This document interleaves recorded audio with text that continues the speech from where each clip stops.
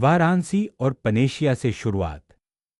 नमस्कार, मैं doctor Ashutosh, panacea hospital, Durgakund, Varanasi से बोल रहा हूं। काशी की धरती पर जहां लोग मोक्ष की बात करते हैं, वहां एक और चीज बहुत जरूरी है।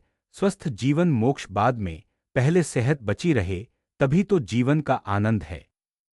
पनेशिया हॉस्पिटल में रोज मैं और मेरी साथी डॉक्टर पल्लवी देखते हैं कि कैसे डायबिटीज, शुगर और हाई ब्लड प्रेशर तारांकन चुपचाप लोगों की किडनी, दिल, आंख और दिमाग को नुकसान पहुंचाते रहते हैं और मरीज को पता भी नहीं चलता। आज की बातों को हमने दोनों ने मिलकर आपके लिए ऐसे तैयार किया है कि आप मेडिकल की किताब नहीं, बल्कि अपनी ही जिंदगी की कहानी सुन रहे हों। आज हम 4 मुख्य बातें समझेंगे। आपका बीपी और शुगर का टारगेट क्या होना चाहिए?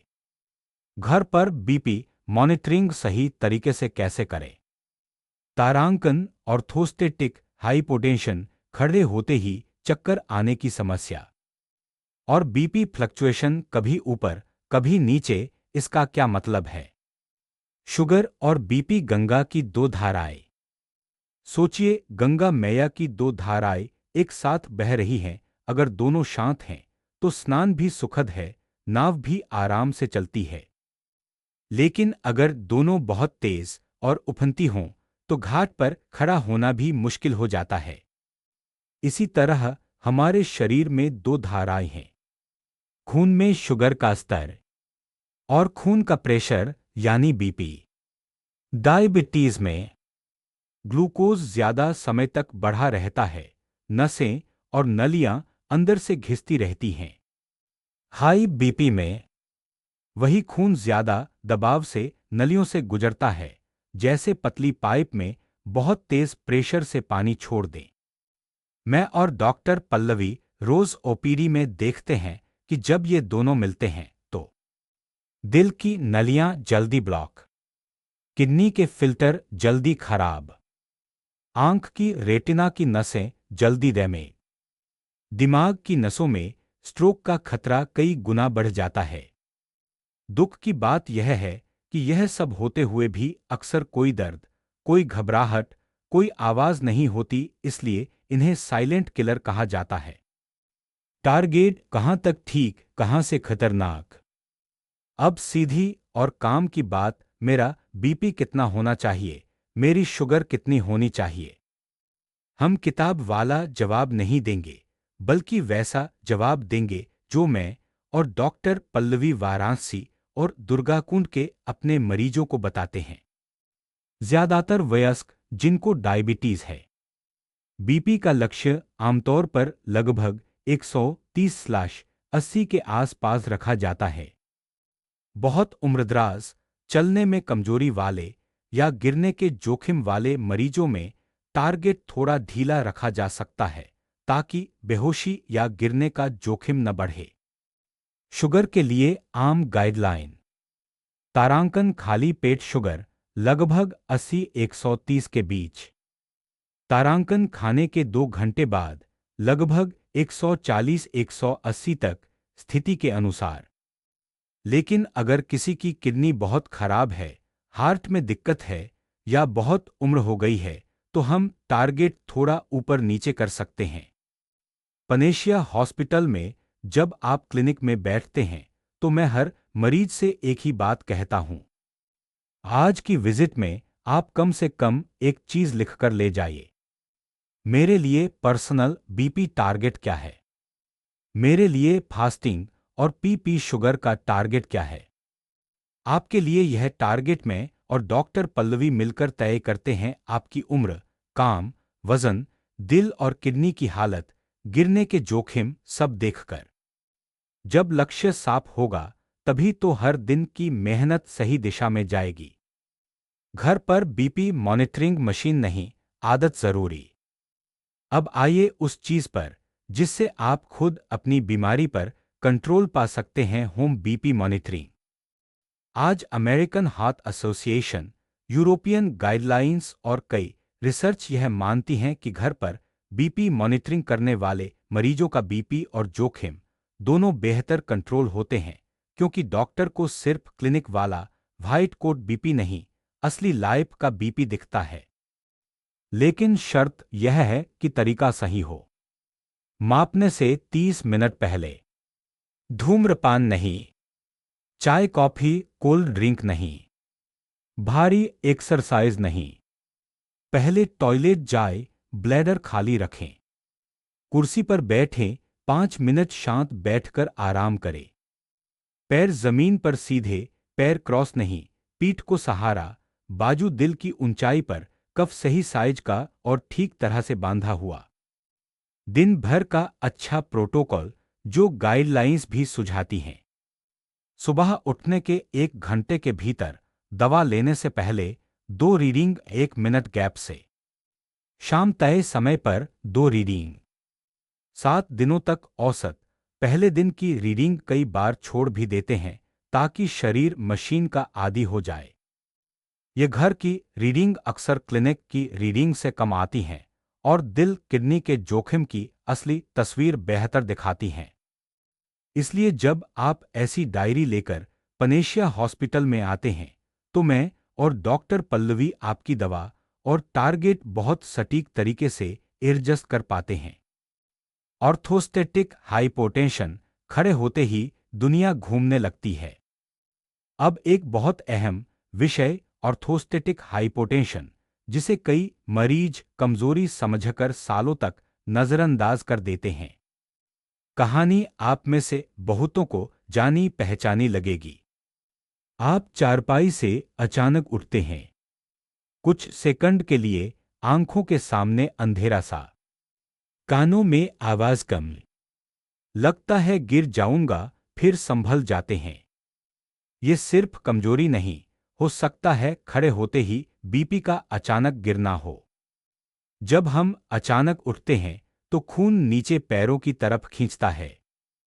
शरीर को तुरंत नलियां सिकोड़कर और दिल की धड़कन बढ़ाकर दिमाग तक खून पहुंचाना होता है।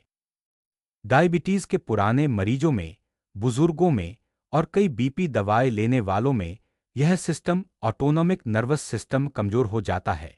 इसलिए एडजस्टमेंट धीमा हो जाता है। परिणाम चक्कर, बेहोशी, गिरना। भारत में कई हॉस्पिटल और हेल्थ वेबसाइट्स साफ लिखती हैं कि डायबिटिक न्यूरोपैथी, डिहाइड्रेशन, ज्यादा डोज की बीपी मेडिसिन ऑर्थोस्टेटिक हाइपोटेंशन का बड़ा कारण है। पनेशिया हॉस्पिटल की ओपीडी में जब कोई बुजुर्ग या लंबी अवधि वाले डायबिटिक मरीज आता है तो मैं और डॉ पल्लवी खास तौर पर पूछते हैं, खड़े होते समय चक्कर, अंधेरा, गिरने का डर तो नहीं लगता? अगर आप यह बात छुपा लें तो हम सिर्फ मशीन पर बैठे हुए आपका बीपी देखेंगे और सोचेंगे कि बहुत अच्छे नंबर हैं, लेकिन असली समस्या आंखों से छुपी रह जाएगी। कुछ सरल सावधानियां। लेटने से सीधे न कूदें, पहले साइड में बैठें, 20-30 सेकंड रुकें, फिर खड़े हों। खूब पानी/तरल लें, यदि किडनी/हार्ट ने मना न किया हो। पूर्णविराम। नई दवा शुरू होने के बाद अगर चक्कर बढ़े तो खुद दवा बंद न करें, फॉलो अप पर जरूर आएं। मैं और डॉक्टर पल्लवी डोज या दवा बदल सकते हैं। बीपी फ्लक्चुएशन, मशीन खराब है या मैं? अगली चिंता, बीपी कभी ऊपर कभी नीचे। रोज ही कोई न कोई मरीज कहता है, डॉक्टर साहब कल 150/90 था, आज 115/70 है। कभी 100 भी आ जाता है। मशीन खराब है क्या?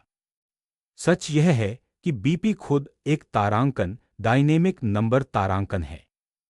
स्ट्रेस, गुस्सा, ट्रैफिक बहस, नींद की कमी, नमक ज्यादा, दर्द, बुखार, चाय, कॉफी, सिगरेट, इन सब से बीपी ऊपर नीचे होता रहता है।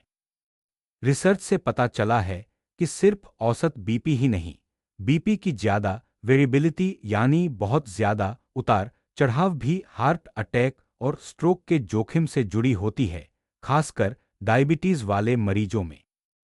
इसीलिए पनेशिया हॉस्पिटल में मैं और डॉक्टर पल्लवी आपकी डायरी देखकर ये सवाल पूछते हैं।